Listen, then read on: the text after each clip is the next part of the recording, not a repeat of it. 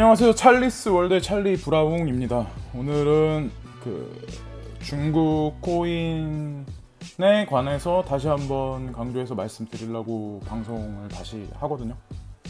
그래서 지금 중국이 강경한 폐쇄 조치로 인해서 그 시장을 거의 뭐 죽일 듯이 지금 그런다는 이미지를 가지고 계시는 투자자들이 되게 많은 것 같아서 혼선이 빚어져서 오해하시는 분들이 되게 많잖아요. 근데 저는 초반부터 계속해서 강조해서 말씀드리는 게 그 미중 그리고 중미의 그 외교 전쟁 그리고 무역 전쟁, 환율 전쟁 모든 거는 제가 이제 계속해서 강조해서 말씀드리는 거는 어느 한편이 이긴다고 해서 어느 한편이 득을 볼 수 없고 어느 한편이 이긴다고 해서 또 어느 한편이 득을 볼 수 없고 그렇다고 제가 계속 말씀드렸잖아요. 미국과 중국은 결국에 이 게임을 계속 하다 보면 본인들 둘 다 게임 체인저에서 실패자가 될 수밖에 없어요. 그리고 만약에 한 나라가 지금 그 중론이라고 저한테 이제 댓글 다신 분들이 계시더라고요. 그 미국이 이기고 비트코인도 가장 많이 가지고 있다. 그래서 결국에는 그쪽이 이길 거다라고 그런 중론을 가지고 계신 분들이 많은데 대부분의 매스컴들이나 칼럼니스트 그리고 인터넷에 나오시는 분들 그리고 대부분의 그 BJ 분들은 다 그렇게 결론을 내리시더라고요. 예, 근데 저는 그거에 대해서 초반부터 계속 이제 반대를 계속 해왔잖아요. 그래서 뭐 나름의 근거를 가지고 하는 거고 그런 거기 때문에 그거에 대해서 이제 주장을 하고 제 그런 어떤 설득력을 어필하기 위해서 이 방송을 하는 거죠. 저도 뭐 제가 무슨 뭐 이거 해가지고 뭐 ICO 뭐 중간 브리징 해가지고 무슨 커미션을 먹고 뭐 무슨 뭐 뭘 해가지고 뭘 하겠어요. 그럴 능력도 안 되고 그러고 싶지도 않고 그냥 코인 해가지고 돈 벌면 돼요. 저는 그런 사람들 솔직히 별로 부럽지도 않고 그렇죠. 하여튼 잡설은 일단 그만하고 그 본론으로 딱 들어가자면 여기 보시면은 비트메인 상장 절차 도입이라고 나와 있고 목표 기업 가치 300억 달러 그리고 홍콩 현지 미디어에 따르면 세계 최대 채굴 장비 기업 비트메인이 본격적인 홍콩 거래소 상장 절차에 돌입한다. 그리고 여기서 상장 주관사는 중국 금융공사라고 써있죠. CICC로 목표 가치는 300억 달러인 것으로 나타났다라고 딱 나왔죠. 그래서 핵심 단어는 중국 금융공사 CICC 그리고 자, 이 뉴스를 한번 보실게요. 여기 보시면 중국 증권사와 손잡는 인터넷 공룡들이라고 나와 있고 이 뉴스가 나온 게 2018년 8월 6일이네요. 얼마 안 됐죠. 그리고 여기 보시면 알리바바 화타이증권 35억 위안 투자 6대 주주로 텐센트는 중국 IB 중금공사 3대 주주 금융 데이터 확보 핀테크 기술 접목이 목적이라고 하면서 이 뉴스가 이렇게 딱 나왔는데 제가 이제 조금 서머리를 해드릴게요. 이 뉴스를 계속 보면서 중국 인터넷 공룡들 사이에서 증권사가 새로운 투자처로 떠오르고 있다. 특히 최근 중국 양대 인터넷 기업인 알리바바와 텐센트의 증권사 투자가 두드러지는 모양새다. 중국 최대 전자상거래 기업인 알리바바가 중국 대형 증권사 화타이증권의 6대 주주로 올라섰다고 증권일보 등 중국 현지 언론이 6일 보도했다. 라고 나오죠. 그리고 쭉 밑에 또 보시면 알리바바의 맞수인 텐센트의 증권업 투자도 이어지고 있다. 텐센트는 지난해 9월 중국 최대 투자은행인 중국국제금융유한공사 중금공사 CICC에 대규모 지분 투자를 진행했다. 당시 텐센트는 28억 6,400만 홍콩 달러를 투자해 CICC 주식 2억 750만 주를 취득 4.95%의 지분율로 3대 주주로 올라섰다. 이를 통해 CICC는 증권 상품 서비스 방면에 협력하고 자산 관리 방면에서 핀테크를 적극 도입하겠다고 밝혔다. 당시 시장은 텐센트가 CICC 투자를 통해 간접적으로 증권업 라이센스를 취득한 것으로 해석했다라고 나오죠. 예. 이 뉴스 하나만 보셔도 제가 더 이상 설명을 구차하게 안 해도 아시는 분들은 아마 아실 거예요. 중국이라는 나라에서 아까 그 비트메인 주관사가 중국 금융공사잖아요. 근데 여기서도 마찬가지로 중국 금융공사가 알리바바랑 텐센트를 밀어주는 거잖아요. 지금도 이 뉴스 보시면 마찬가지로. 그리고 알리바바가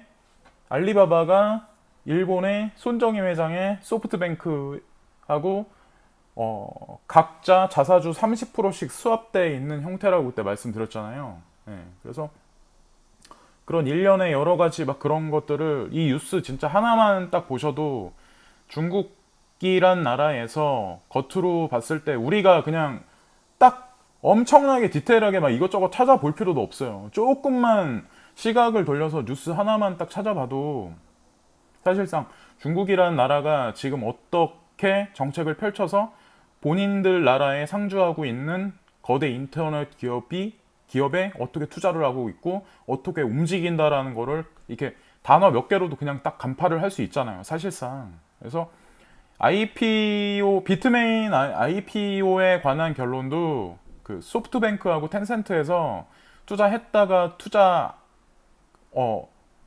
안 했다라고 말한 게 아니라 부인한다는 그런 거에 관한 것도 이제 나올 거예요. 그 결과는 이제 며칠 안 가서 아니면 뭐 내일이든 아니면 다음 주 초에 나오겠죠. 그거에 관해서 공식적으로 아마 발표를 할 거예요. 그래서 그 발표가 나오면 중요한 게 그때 가서는 또 사람들이 그러겠죠. 아, 중국 정부에서 블록체인을 장려를 하는구나라고 또 생각을 하겠죠. 네. 그래서 모르겠어요.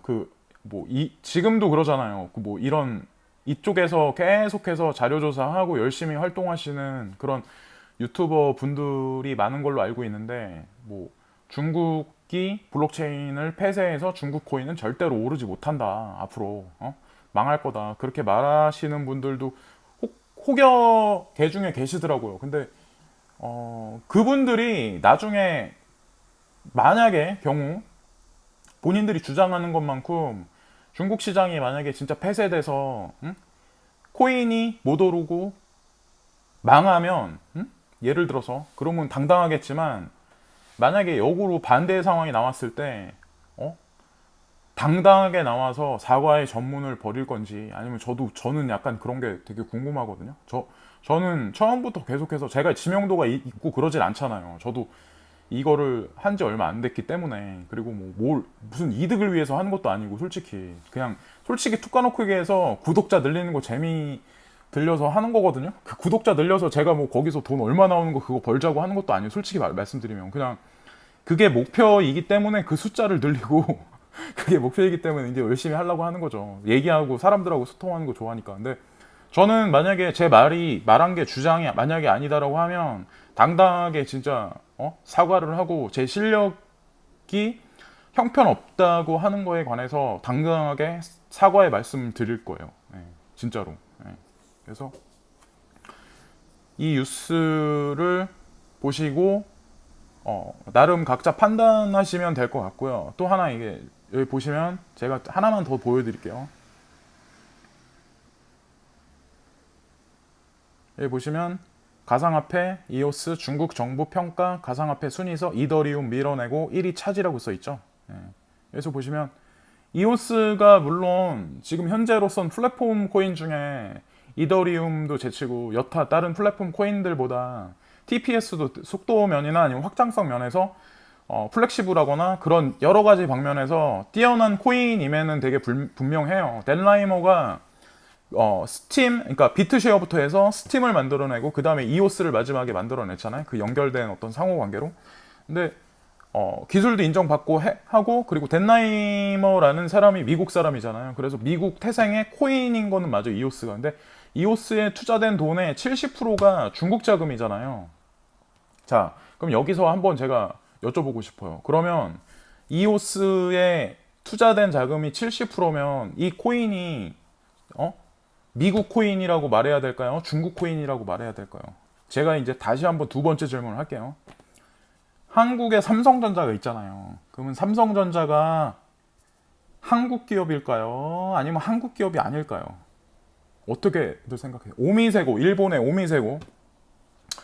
그게 일본 코인일까요? 일본 코인이 아닐까요? 그런 식으로 이분법적으로 판단하면 결국에는 자가 당착에 빠질 수밖에 없어요. 모든 예를 들어서 이 코인뿐만 아니라 그러니까 전 세계에 있는 모든 어떤 그 가치 기준을 판단하는 그 이분법, 그러니까 사고 기준을 멀티적으로 분석해서 그렇게 결론을 도출을 해야지, 이분법적으로 그렇게 도출하면 결국에는 내가 말한 거에 대해서 내 자신이 오류에 빠질 수밖에 없고, 그런 사람은 비즈니스 해도 비즈니스 망해요. 보는 눈이 시야가 좁기 때문에. 예. 그래서 지금도 보시면은 제가 이제 그 한국 경제랑, 아니, 그러니까 한국이랑 북한의 어떤 통일에 관해서 되게 긍정적으로 추론을 하면서, 어떤 미국이 지금 달러를 빼면서 전 세계에 있는 군사력도 지금 뒤로 슬슬슬 그 뺀다고 하면은, 그런 거에 관해서도 이제 제 영상에서 많이 다뤘는데, 제가 이제 그런 것들에 관해서 다뤘던 이유가 사실은 코인과도 사실은 면밀하게 지금 밀접하게 관련이 있거든요. 솔직히 말씀드리면. 그래서 지금 표면상에 나오는 막 여러 가지 정황은 중국이 열세고 결정적으로 미국의 한방의 강타로 인해서 중국은 나가 떨어질 수밖에 없다라는 그런 어떤 그 기사들이 수많은 매스컴이나 칼럼니스트, 하다못해 유튜버들도 대다수 사람들이 그렇게 주구장창 외치긴 하지만, 제가 한 가지 묻고 싶은 게 뭐냐면, 왜 예를 들어서 미국이란 나라가 왜 북한에 지금 핵사찰을 하고 핵 폐기를 해서 그거에 대해서 완성시키고 성공시키면 미국이란 나라가 가져가는 이득이 뭘까라는 거에 관해서 생각을 해보셨나요? 만약에 예를 들어서 미국이란 나라가 그 북한에 있는 핵탄두나 핵기술을 전면적으로 다 폐기시키고 완전히 삭제시켜버리면 미국이란 나라가 가지고 갈 수 있는 이득이 과연 근본적인 이득이 뭘까요? 그거에 관해서 생각을 해보셨는지 모르겠어요. 예. 그냥 나는 전 세계 최고의 현재로서 강대국이고 하니까 그 자리에 어떤 위험이나, 그리고 북한이란 나라가 핵을 가지면 위험하니까 그거에 대해서 없애고 나는 내 패권을 차지한다, 그런 의미에서 지금 북한과 그런 거라고 생각을 하시나요?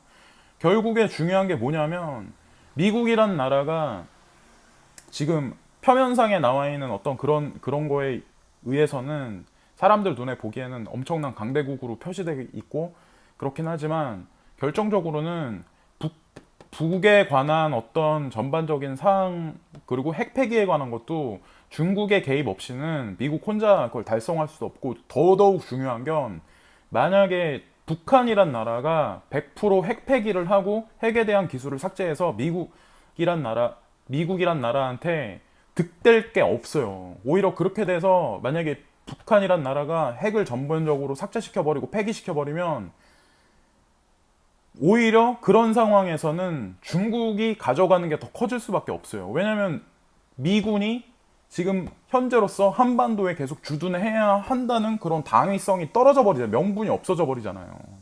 사라져 버리잖아요.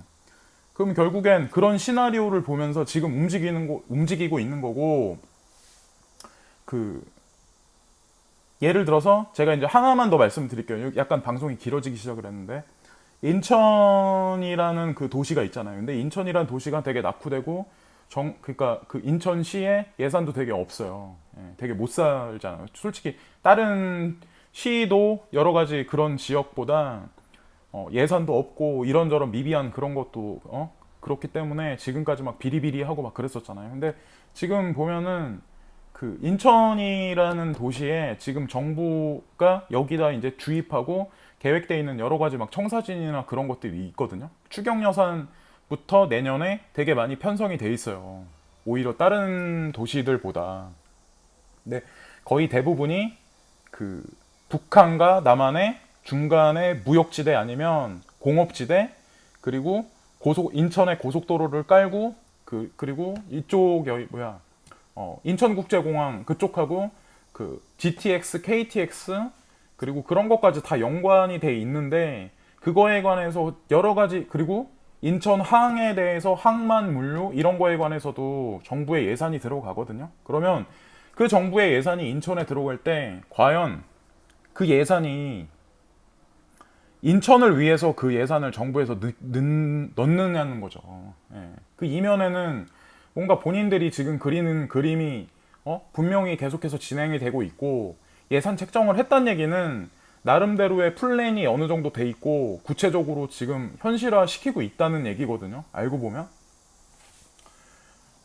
그러니까 근데 그런 걸 말씀드리는 거죠. 그냥 표면에 나와 있는 매스컴이나 커뮤니 사이트에 나와 있는 그런 우리가 흔히 볼 수 있는 그런 헤드라인만 보면 우리가 간과해서 놓칠 수 있는 것도 많고 생각을 할 때 너무 이분법적으로 하다 보면 그거는 글쎄요, 결과가 그렇게 썩 좋지는 못할 거예요. 그런 식으로 계속 삶을 만약에 산다면. 예. 그리고 중요한 건 제가 이제 결론적으로 말씀드린 게 뭐냐면 비트메인이 며칠 안 가서 예를 들어서 이제 IPO에 관해서 공개적으로 뭔가 주장을 하고 내세웠을 때 그거에 관해서 이제 결론이 나오겠죠. 예. 그래서 비트메인이라는 회사에 알고 보면 거대 기업이 소프트뱅크나 텐센트 말고도 세카이어 캐피탈이라고 유대계자금 거대 금융 기업이 있거든요. 거기도 사실 이쪽에 관여를 해서 많은 자금이 들어가 있어요. 근데 그것도 다 알고 보면 소프트뱅크하고 지분으로서 이렇게 상호 출자돼 있는 그런 역학적인 되게 그 관계가 있거든요. 그래서 제가 자료를 여기다가 이렇게 안 넣는 거는 일부러 안 넣는 게 아니라 말을 하다 보니까 이제 거기까지 진행이 돼서 이제 하는 거니까. 예. 예, 하여튼 여태 오늘은 여기까지 방송을 마치고요. 예, 지리한 장세이긴 하지만 뭐 멘탈이 약하시고 확신이 없으신 분들은 아마 지금도 털고 나가시겠죠. 근데 뭐 그거는 뭐 자기 선택이니까. 예, 어쨌든 다들 잘 되시기를 빌고요. 예, 오늘은 방송을 이것으로 마치겠습니다. 예, 결론이 만약에 며칠 안에 나오면 다시 한번 그때 한번 방송에서 말씀을 드릴게요. 예, 감사합니다.